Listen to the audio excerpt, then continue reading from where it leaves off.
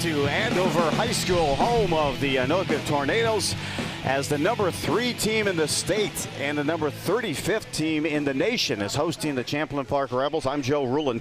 Welcome and join us on this QCTV sports presentation. I'm joined by Brian Eichens. And Brian, it's been a remarkable year for the Tornadoes. You want to keep it going this time of the season? Sectionals begin in just a week, and tonight it's against Champlin. Yeah, this is one of our duels against one of our conference opponents. It's going to be a decent duel. They've got a few open weights, but this team has really wrestled well as a team this year. And, you know, every kid backs up the other one, and we've got depth on JV. So it's been an exciting season for us, and I'm really looking forward to the sections coming up next weekend. I know I had a chance to speak with head coach Todd Springer, and one of the concerns is they're playing wrestling the Champlin Park team. They're lacking and have some depleted rosters, so we want to stay injury-free and stay focused and ready for next week. The key, yeah, this time of year, the key is to stay healthy and keep the guys focused. And you know, they're wrestling up a weight. All the Colby Noss today, he's wrestling down at 106 at his tournament weight. But everybody else has been up a weight this week, just kind of relaxing a little bit before they really hit the grind next week. Almost about 6 wrestlers in the top 10 in the state. It'll be a great match to watch, especially if you're an Anoka Tornado fan, and Champlin Park is obviously developing as well. I had a chance to speak with the head coach Todd Springer just a few minutes ago. With head coach Todd Springer of the Anoka Tornadoes wrestling team, currently ranked number 3 in the state, number 35 in the nation. Did you see this type of year coming, Coach? You know, we really have. This group, it was 5 or 6 years ago, won the Youth Rumble in the Red National Tournament.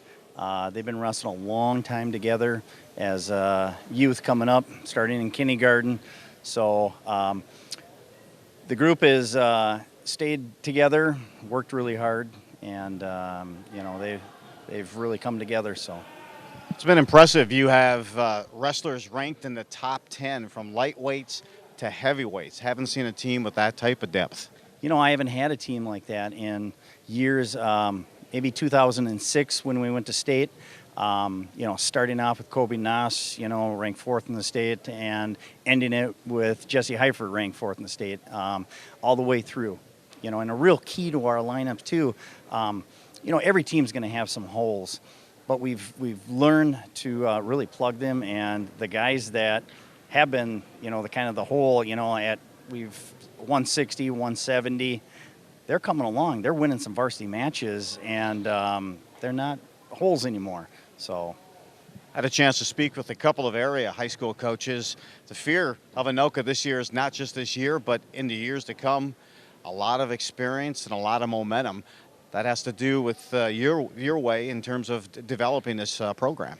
Well, thank you. It's my 17th year. I graduated here from Anoka in '89 and was a state champion. Take a lot of pride in the program.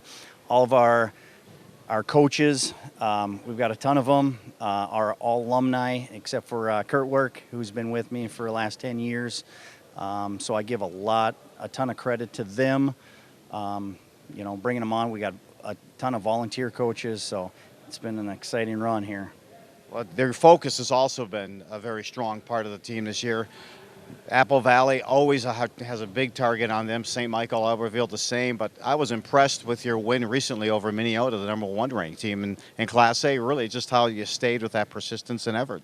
What a fun tournament. I think the team and the coaches thought we were going to get run out of there beating Minneota. Boy, those small towns, single A, they literally shut down the town, and everybody was there. And we bring a pretty good, busload of parents and fans. But coming down to heavyweight, it was a heck of a duel. Everybody was on there, standing on their feet and getting into it. So, yeah, very impressive win. I thought Minneota kind of was a little more physical than us. So, we came back to the wrestling room and talked about how we need to be match that intensity, be that physical. So good things. It was a good time to have that tournament, and it was a good win. What's the goal tonight? You got a Champlin Park team that's been a bit depleted with their roster. A goal for you, obviously, other than just staying injury-free. Staying injury-free, skin infection free and everything else. Just come in and get some good technique, get some good matches. They've got a few, Mueller and a couple guys up top that'll challenge our guys. But this time of the season, I want to be able to, next Friday, put 14 healthy, injury-free guys and take a swing at trying to get this team to the state tournament.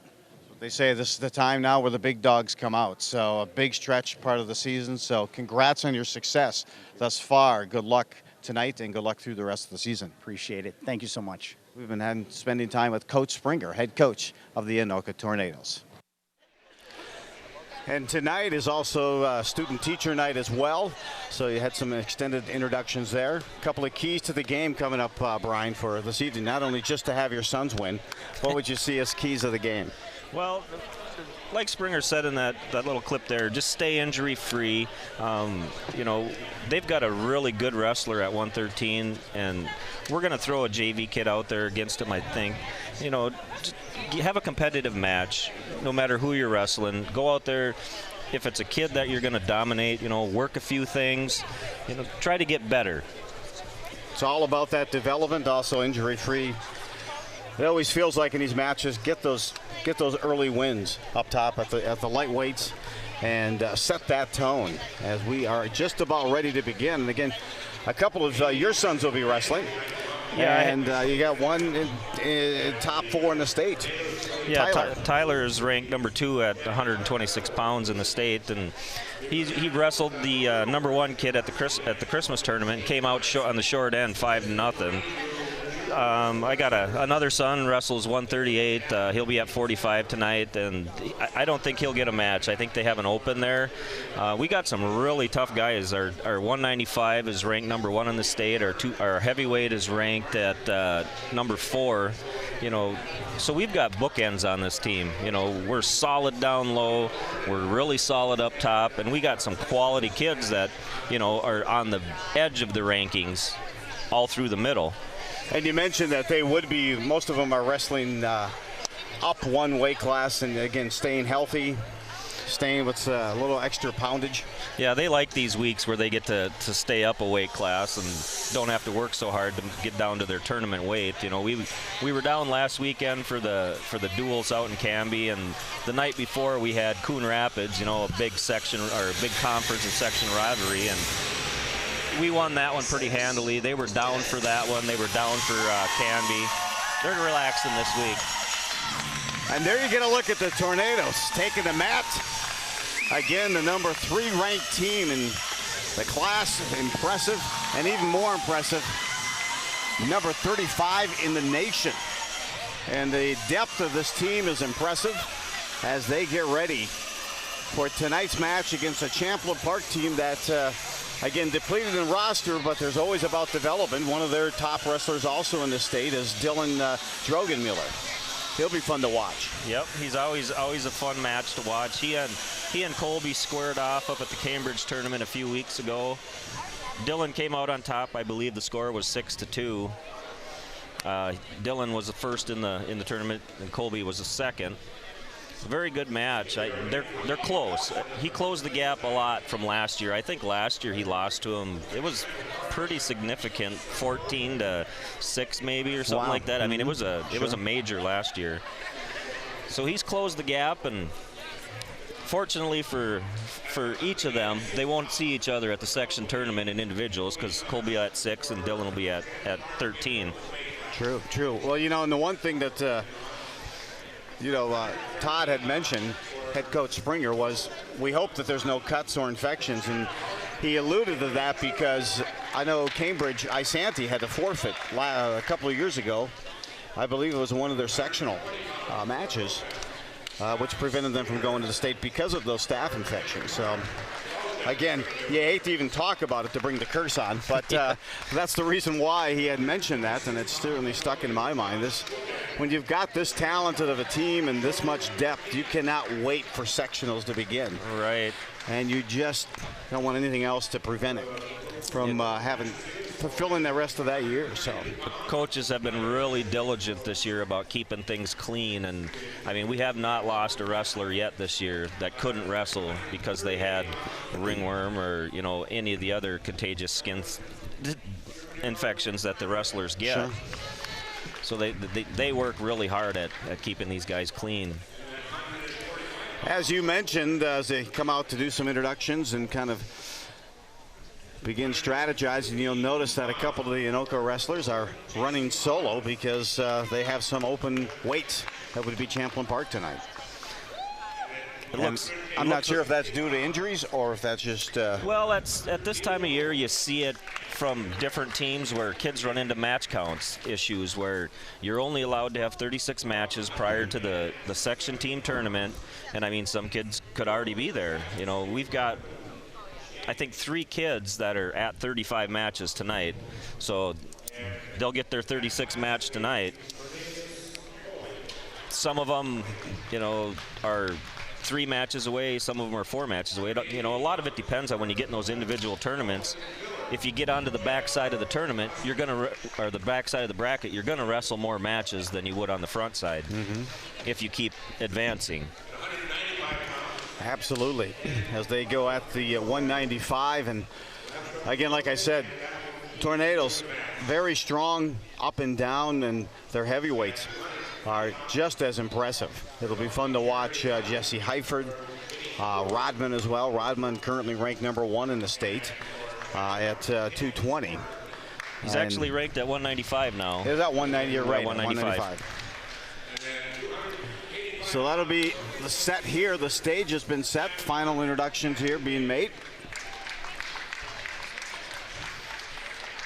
And it's excited to bring you this match from the Tornado Shelter here in Anoka. As we like to say, there's a storm warning. It's about to happen. They'll go through some final instructions. They meet at the center of the mat, and again, it's been an impressive setting thus far for these Tornadoes. And again, one of the teams that is no longer in their sectional would be St. Michael Albertville, so that should give them some avenues and some access. And the team to beat, other than Anoka, you think right now in that sectional would be who? It's kind of a toss-up right now between Cambridge and St. Francis. I mean, Cambridge has got a strong young team. I mean, they lost a lot of guys last year to graduation, but they have a lot of 9th and 10th graders on that team that are seriously talented. So they're going to be a team to watch in the next couple of years. St. Francis has been a little beat up this year. I've heard they've had a few injuries. I mean, they lost their really good 95-pounder to a football injury. He's been out all year. And, they've got some good kids mixed in between there. Tanner Kushner is a 106-pounder that's ranked from St. Francis. And it's going to be a dogfight between those two to see who takes us on in the finals. Absolutely. And this time we're going to be playing the national anthem.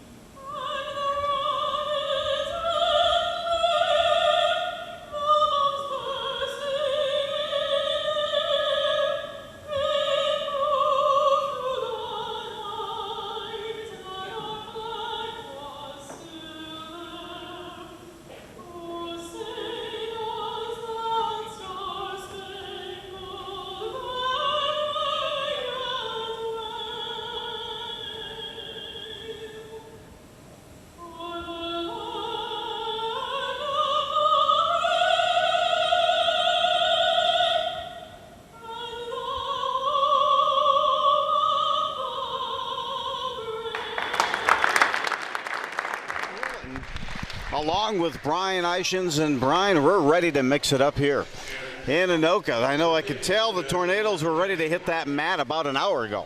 Yeah, they were. There's a lot of these boys that have evening plans tonight. It's the annual Morp dance here at Anoka, so we'll have to hear more about that as the match is going on. But the national anthem is actually one of the wrestler's sisters, who's an opera singer down in Kentucky. Wow. Her name's Natasha Foley. Very talented young lady. That is very well done and very well represented. As coming to the mat is Colby Noss. Colby comes in at 106. Colby comes in. He has a record of 29 wins and 6 losses. That'll be his 36th match of the season right there. He's going to win by forfeit. And that one is in the books. There you go. So now we go with Kroenke, Philip Kroenke at 113. He's taking on. Philip is a 10th grader. He's only been wrestling a couple years. He came out as a freshman last year. He's really developing quickly when you have practice partners like Colby Noss and Scott Springer that are taking it to you every day. You don't have much of a choice but to get better. Well, at 113, these two, he has the dubious honor of also taking on one of the best wrestlers in the state at 113, Drogon Mueller. And again, the 106 weight was a forfeit. Anoka gets those 6 points, and they move on to 113, which is what we have going on right now. Dylan got a takedown pretty quick on him and got him into that cross-face cradle there, and Philip's kind of in trouble. Looking to try to find a tilt or a maneuver out, and that's done. Dylan's going to get the fall here at 113 pounds to tie this duel at 12 or 6 apiece. There it was done, about a minute in, and that was a tough task. Nobody would want it, and they had the JV kids step up and go at it. So I'm sure he learned something about that as we now begin. We'll touch base on that again in a minute. We're at 120. This is Dalton Drogon Miller now for Champlin Park. He's actually the older brother of Dylan. Scott Springer is out there for the Tornadoes. Scott's got a record of 23 wins, 10 losses. Had a great year. The improvements he's made from last year to this year, it's incredible. You know, you watch the development of some of these young wrestlers and how they can change in a year. Absolutely. Looking to leverage there and a reset. So as you mentioned, Dylan, the winner with the fall. That evens up this match at 6 apiece as we now enter the third match at 120.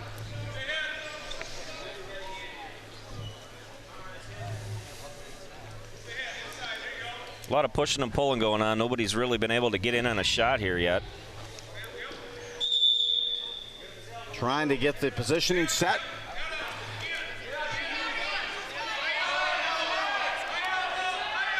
I always loved the intensity of wrestling and the fact of the number of coaches you get.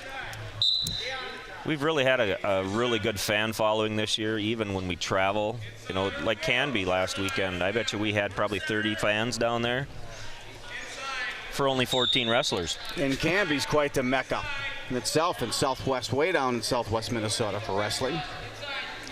Back in the, you know, a few years ago when I used to wrestle, they were a powerhouse. You know, the late 70s, early 80s, and even a little bit into the 90s. I mean, they've had some state championships. And you have Canby, you have Adrian down in that area as well. So it's a nice arm drag by Springer to get him up in the single leg. He's got to get him drugged back in bounds. Trying to corral him in. He's got 10 seconds left to get this finished. And he gets it done there with 5 seconds left to go in this period. 2 points for that takedown. Nice job, great maneuver. Good leverage. Boy, you could see that he was working it, and he finally closed the deal just before the end. Springer's going to take a 2-0 lead into the second period here. Drogon Miller's going to choose the down position. Try to get that one escape, you know. Absolutely. Get it within one.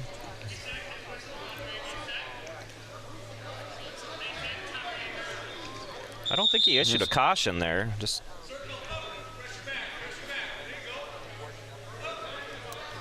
As you mentioned, trying to get that 1 point for the escape if he can get out of there, but I think it's a lot more difficult than he anticipated.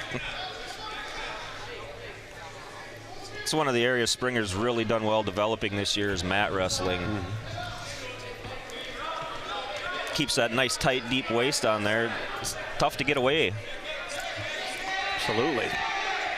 Drogon Miller's really got a solid base there. What do you see the difference between he and his brother technique-wise other than weight? Is there obviously his brother at 113 in the top 10 in the state? Dylan just seems to be a little more fluid, you know. And it's hard to distinguish between brothers what makes them different, but they're just different styles of wrestling. You see Dylan is a lot more aggressive on his feet. He's always he's trying something, you know. And you notice that first period where most of it was they were just pushing each other around, you know, hanging on the head, where, you know, Dylan went right away. He was in on a takedown. Boy, a strong challenge thus far here for Springer. I would anticipate that Drogon Miller had anticipated an earlier escape. At least that 1 point a lot easier coming than this long into the second. Well, this will be big for Springer if he can hold on to this 2-0 lead, go to the third. Then he's got his chance to get that 1 point to expand the lead. Absolutely. Just 30 seconds left. We'll see if he can hold on. That would be critical. Springer's really struggling to keep him broke down and work for a turn here. Drogon Miller's doing a great job of maintaining his base. Coming up on just 15 seconds left. Let's see. Springer's kind of got it. Oh, and there it was. I was just going to say, Springer's got to be a little bit careful. He's kind of parallel riding there. He's going to get warned for stalling. And as soon as I thought, I got to quit thinking that. Maybe the ref heard me thinking or something. I could see the steam rising with that thought. He'll hold on if he can get it another 5 seconds, but he better not get another stall. The top wrestler's got to keep moving side to side. He just can't stay behind the guy. Great maneuver. Just missed. Great job.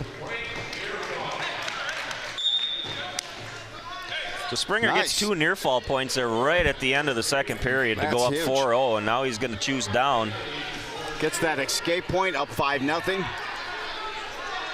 Springer likes to quad pod up here where he comes up on all fours and then scoots out to the side.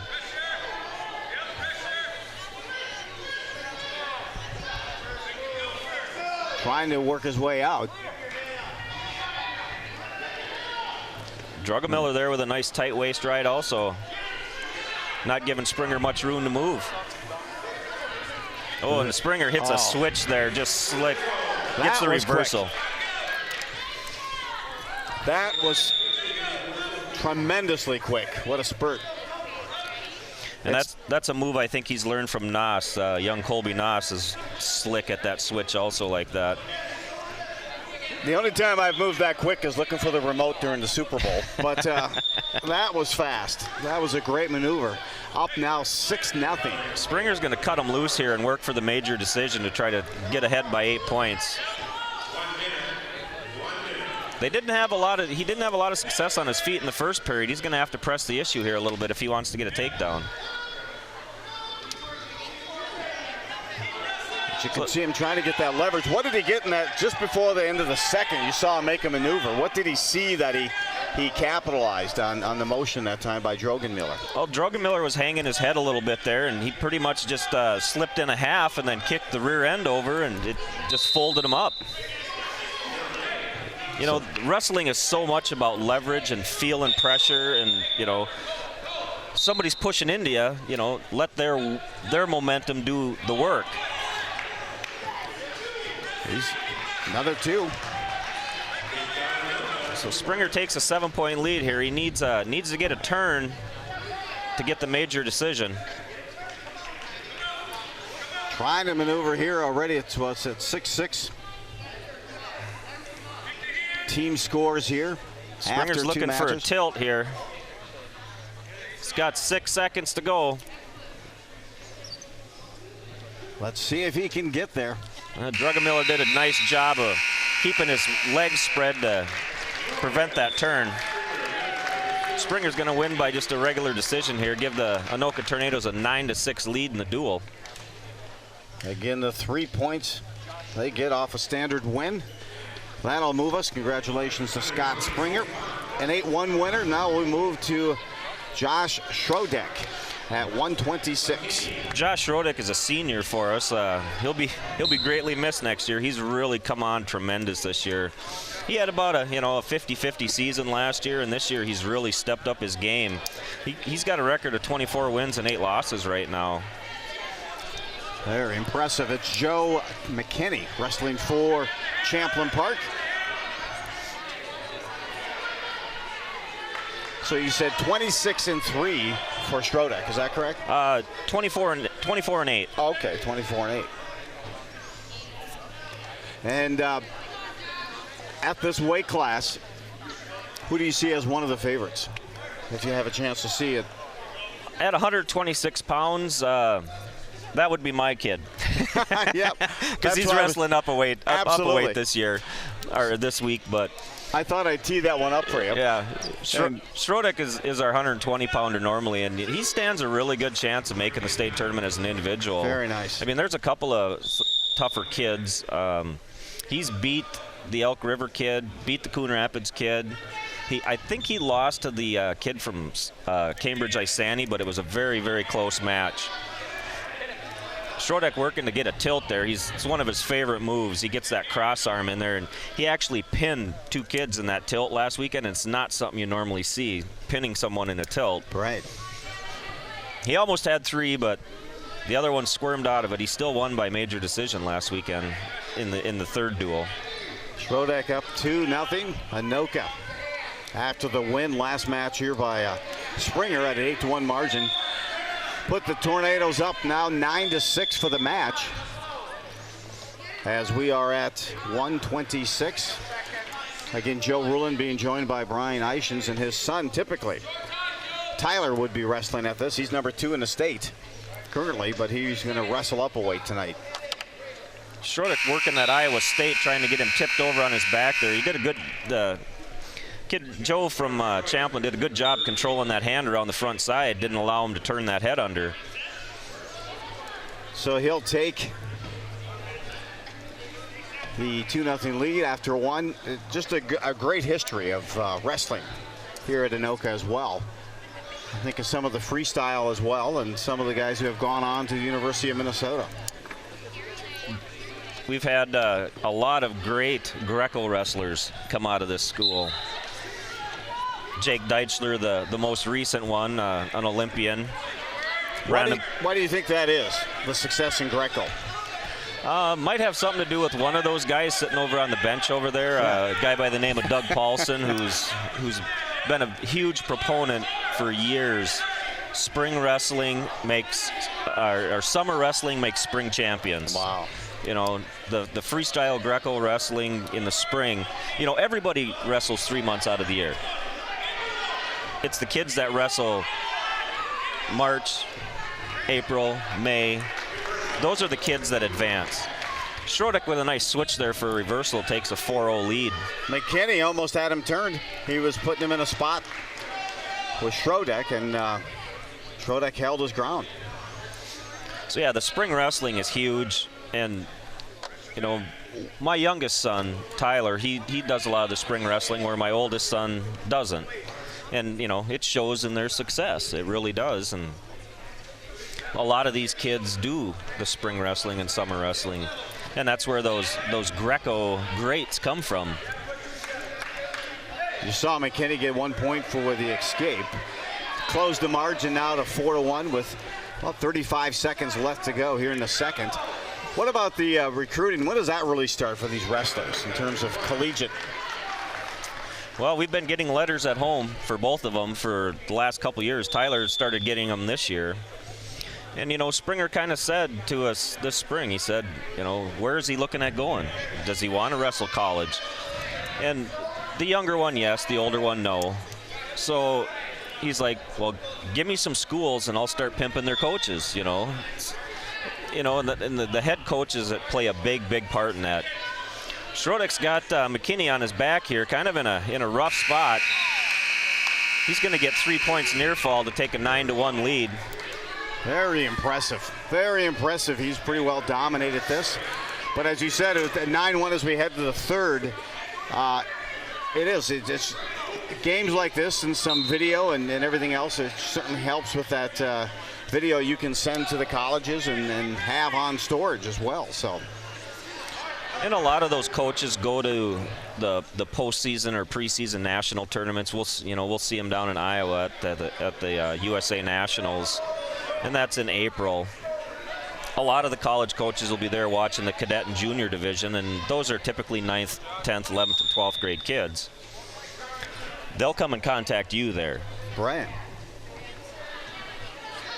A lot of different NCAA sanctions and restrictions, and who can get in touch and when via right. emails. And I know many times it's the students who have to contact them via email direct, and the coaches can only respond during their limited time.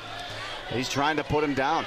He's got him pretty much in that same move he had him in last time. He turned him to his back with that Iowa State. He's got his 3 near fall secured there. Guy's got good post out there. Can't get him flat. Look at that face of McKinney. He is holding on.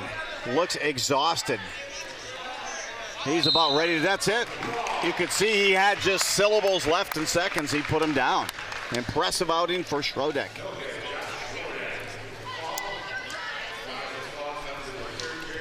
Impressive. Came in with a mark of 24-8. He'll up that to 25-8. That's 33 matches for him, as you mentioned, up to 35 in the season.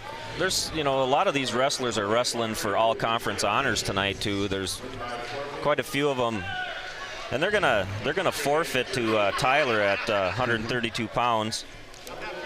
It's disappointing he doesn't get some time tonight, and they did the same with Calvin, huh? Yep, at 132 pounds was Calvin Germanero-Naring.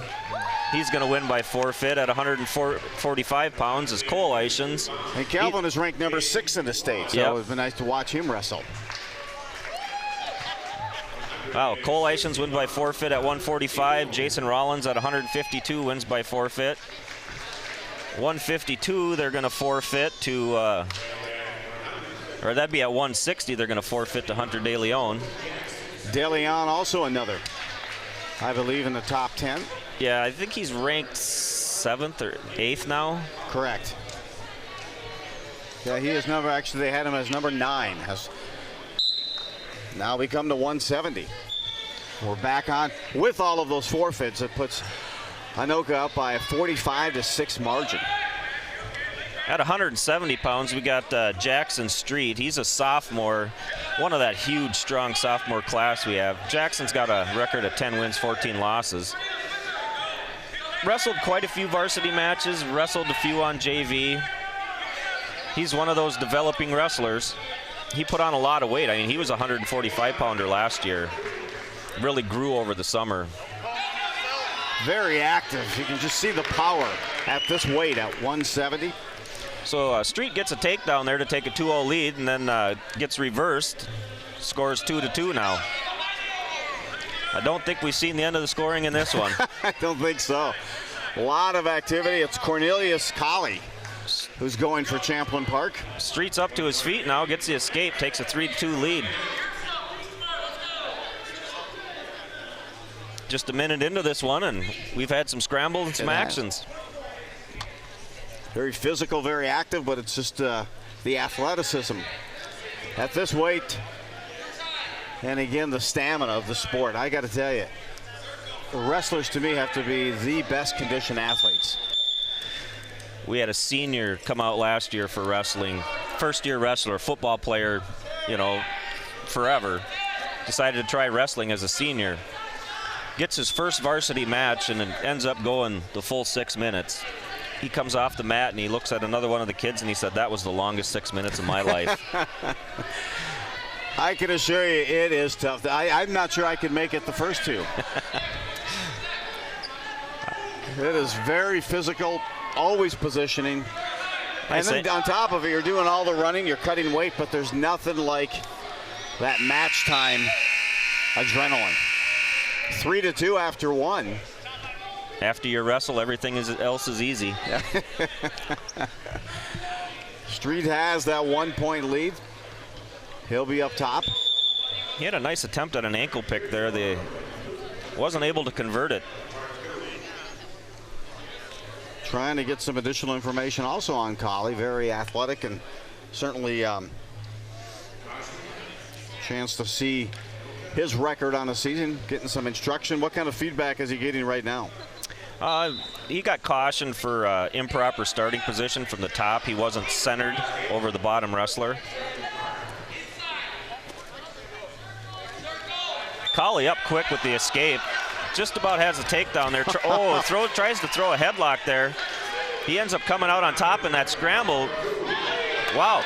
This is Street with a quick reverse. Almost has him up, gets him on his back there. Getting near fall points. He's got that locked up tight, and there's a fall for. Wow. There's a fall for Street. 30 seconds into the second period. What a scramble. That was intense. You could see that it was triggered, that the shift in momentum. When Colley came on hard, he came to a new level, and Street just took charge of that match. Here at 182 pounds is Dalton Miller. He's a junior this year. Missed several years of competition with injuries. His freshman year of high school, he broke the ball off his shoulder bone. Oh. So he was out that entire year, and then last year at the beginning of the year, he had a broken thumb. Came on at the end of the year, did all right, but this year he's really wrestled tremendously. That was an active match at 172. Very. Those are the fun ones to watch. At 170, rather. That was absolutely. You could see him just take it to that next gear, because that was Street. Dalton's got a record of 25 wins and 10 losses. He's another one of them that this is going to be his 36th match of the year. Step out, they'll reset. Again, we're at 182. That win by Street gave the Tornadoes now a 51-6 lead.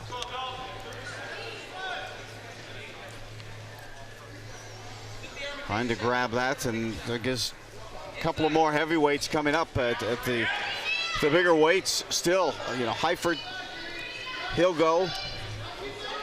Dalton really likes to work that near side underhook. That time he just shot a pure power double, took him down.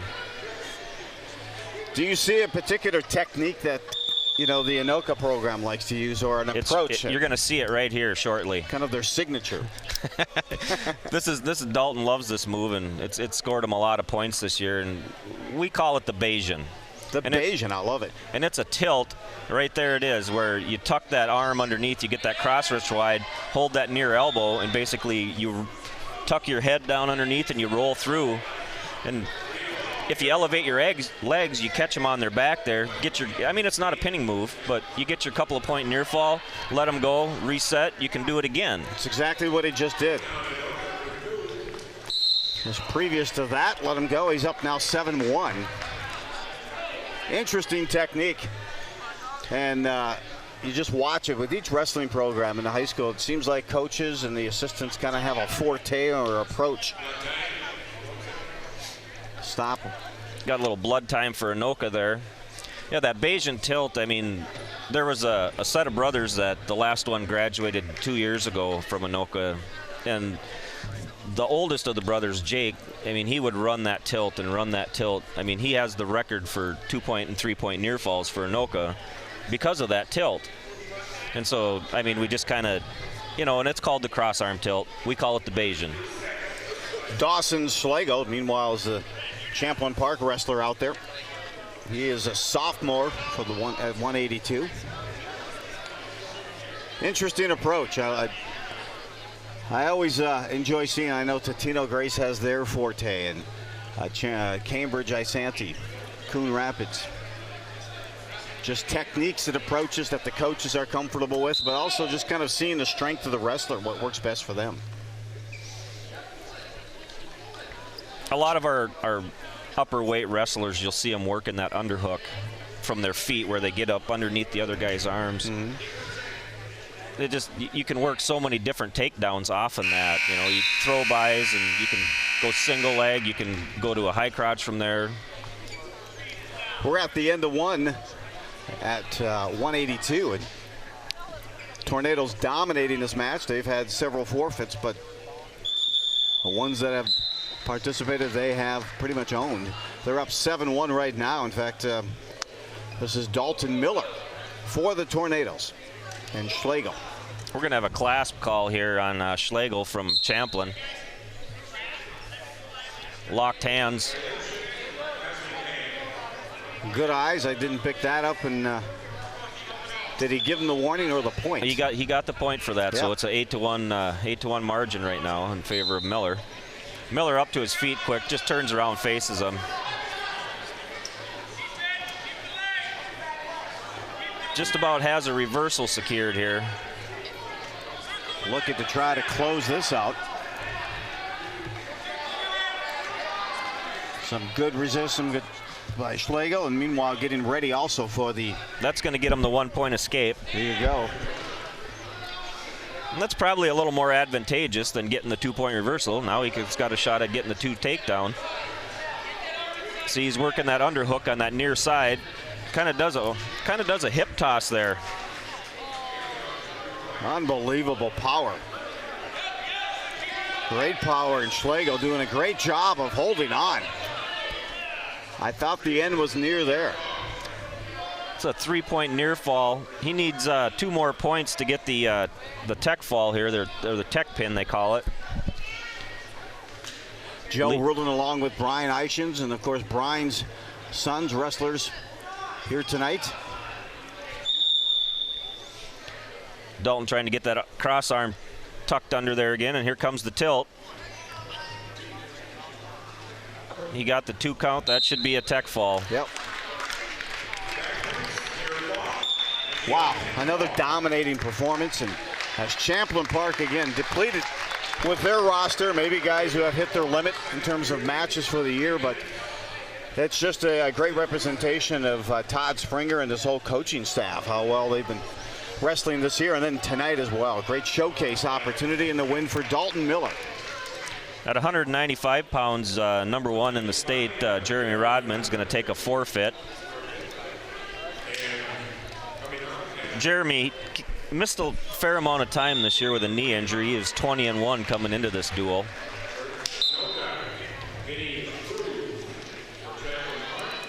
Vinny Cruz out here at 220 for Anoka.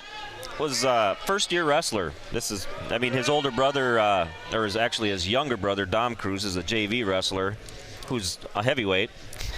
Vinny's the older little brother at 220. Tim Warren, the wrestler. Warren is a senior for Champlin Park at 220. Mini Vinny. You don't see that many seniors come out for wrestling and stick with it. I mean, we've had a few try it and said, I don't like this. I'm a senior. I don't need to do this. And Vinny's hung with it, and he's actually put up some decent numbers for us, won some good matches for us. He's 3-8 on the season, but those 3 wins were big ones. Yep, absolutely. Hey, he'll remember it the rest of his life. Just the dedication for that whole year and the endurance for a match. And to be a part of the success that this team has had this year is big. Tim Warren, W-A-R-R-E-N. And being a part of a team with this success, I mean, that's just, it's a great thing to be a part of. Staying up high, trying to overpower one another here. No score with 35 seconds left to go here, period number 1. As you mentioned a little earlier, St. Michael, the MSHL basically realigned sections this year, and St. Michael had came into this section 7 years ago and went to state out of this section 6 years straight. All 6 years they were here. And many of those years, you know, Anoka, Coon Rapids, St. Francis were all ranked in the top 10 in the state by the Guillotine rankings. Doesn't mean that, you know, we would have beat a lot of those other teams at state, but to have that much talent in one section behind, you know, one of the perennial powerhouses was kind of tough on a lot of these teams. So sectionals this year will be held where? They will be next Friday night at Andover. Yep.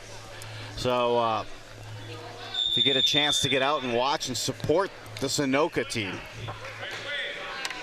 I believe the first duel is at 4, and then the second is at 6, and then the finals is at 8 o'clock. I know if I have the time, I want to get there and watch them. I wait to see them compete. Then individual sections will be the following weekend, starting Friday at Elk River. Just a hiccup away for both of those. Thanks for having that stored on your mental hard drive, Brian. I figured you probably would. We got to get word out to support this Anoka team and also some of the individuals for Champlin Park as well. I have a lot of useless information stored up there too, though. So he's signifying what at this point? There was a penalty point for against Anoka. It was given to Champlin for Vinny driving him out of bounds. And it's been a point of emphasis with the referees this year that if you're pushing someone out of bounds, I mean, that's technically you're creating the fleeing the mat, and they will penalize you for that. I've seen it more this year than I've seen it the entire, 10 years that my kids have been wrestling. They want you to stay in the middle of the mat and wrestle.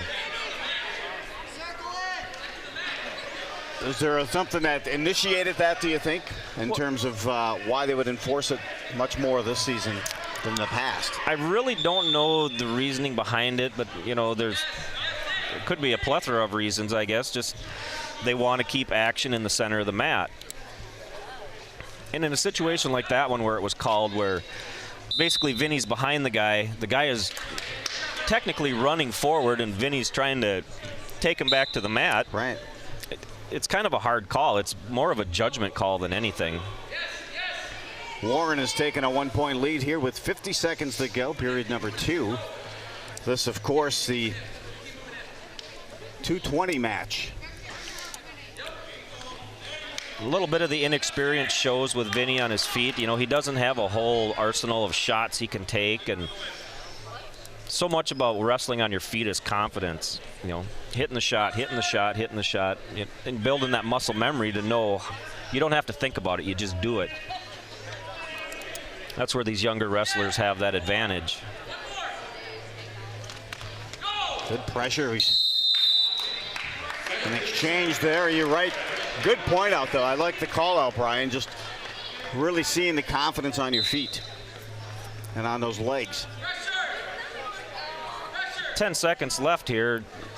This one's going to end 3-2. There's a stall warning against Anoka, too, for basically backing up. So one more stall call, and that'll be another point for Champlin. They'll take the 1-point lead here into the third. Vinny's going to have to take the down position here, try to get that 1 point to tie the match.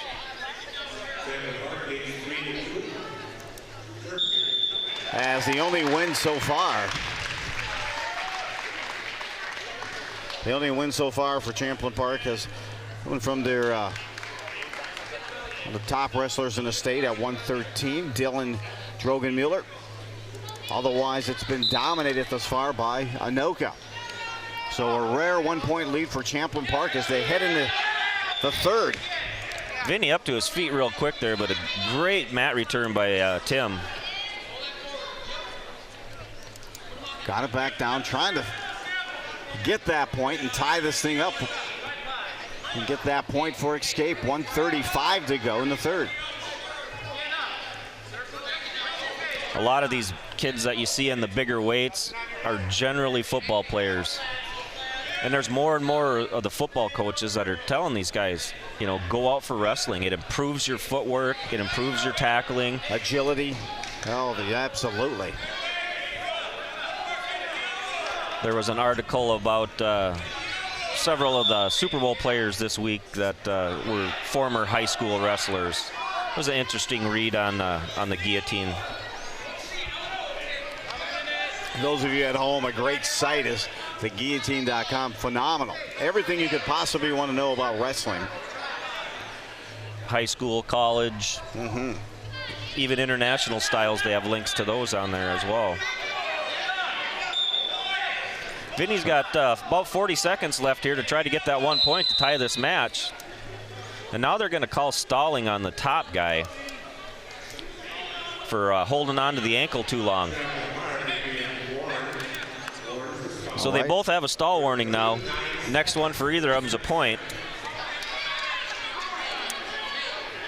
So he'll try to get another one. See if he can get a point. Another warning would be a point if it's a stalling. There's the second caution on Tim Warren also from Champlin Park. Can't afford another one of those either because the third caution will be a point also. 39 seconds left here, and let's see if Champlin Park can get their second win of the evening. Vinny gets up to his feet quick. Warren drops right to that single leg though. That's a great defense for when that guy stands up. Wow. Even at this weight, to watch them move that quick and that explosive is impressive. So now we're down to 26 seconds. Time is not on Vinny's side here. He's got to find some of that quickness within to get out of this. And the worst way, he needs an escape. Warren drops right back to that single leg as soon as Vinny stands up. Great arm chop there to flatten him out. That's pretty much gonna do it for Vinny here, unless he's got some magic in these last 10 seconds. Let's see if there's anything left here for Vinny with 5 seconds left. He's out. 2.4 left.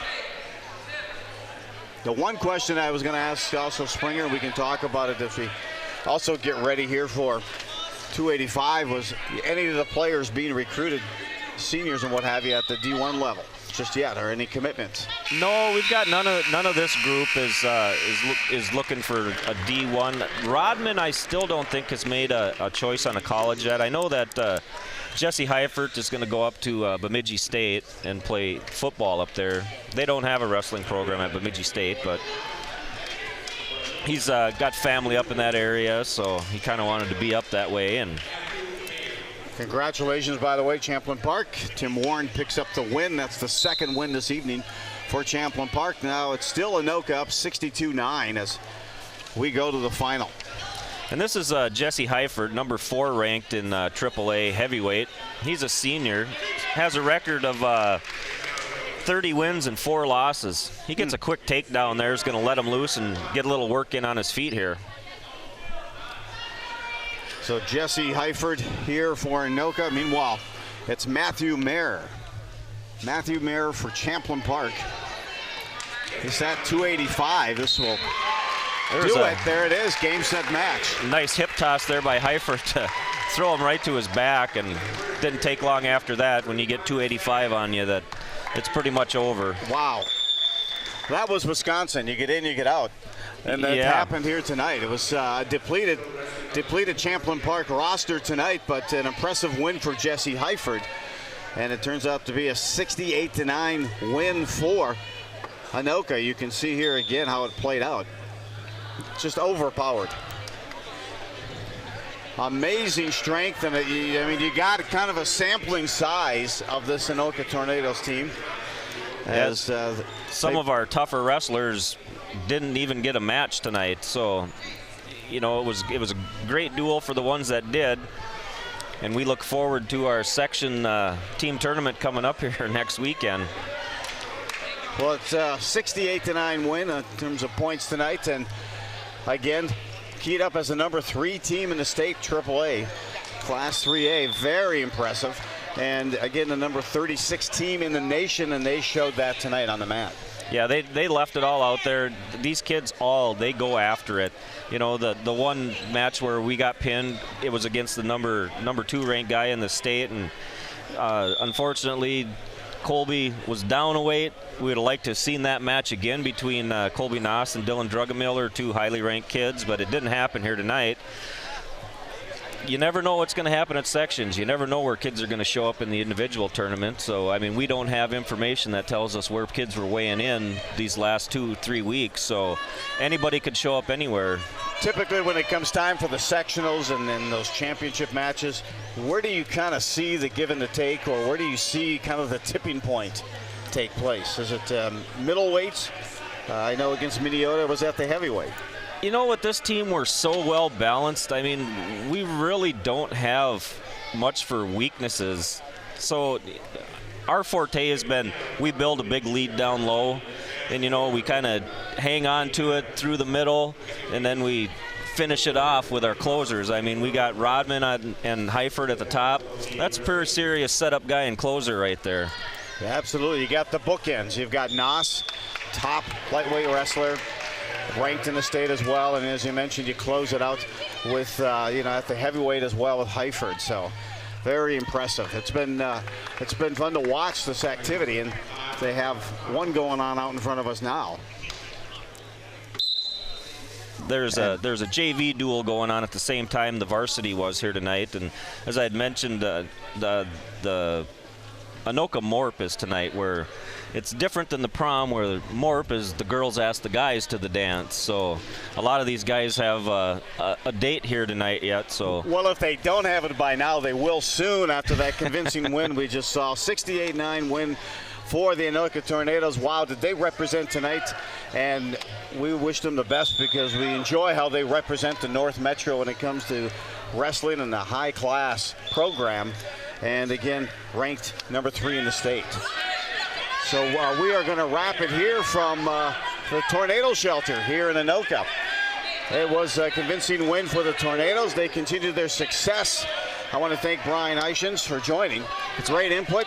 It's been a pleasure. I always enjoy doing these broadcasts, and I'll be doing them again at the state tournament. So that's terrific. Want to get back at it, and we want to see the Anoka team take it to the Apple Valleys and the St. Michael and represent. So I think we match up very well with either one of those teams. So it's going to be an interesting. First thing we have to do is get to the state tournament. We're just going to say that right now, and hope that we don't meet any of them first round when we get there. A convincing win tonight. Once again, nothing new for the Anoka Tornadoes. They continue their winning ways. 68-9. I'm Joe Rulin. Had the pleasure of being joined by Brian Eichens, and thank you for watching this QCTV Sports presentation.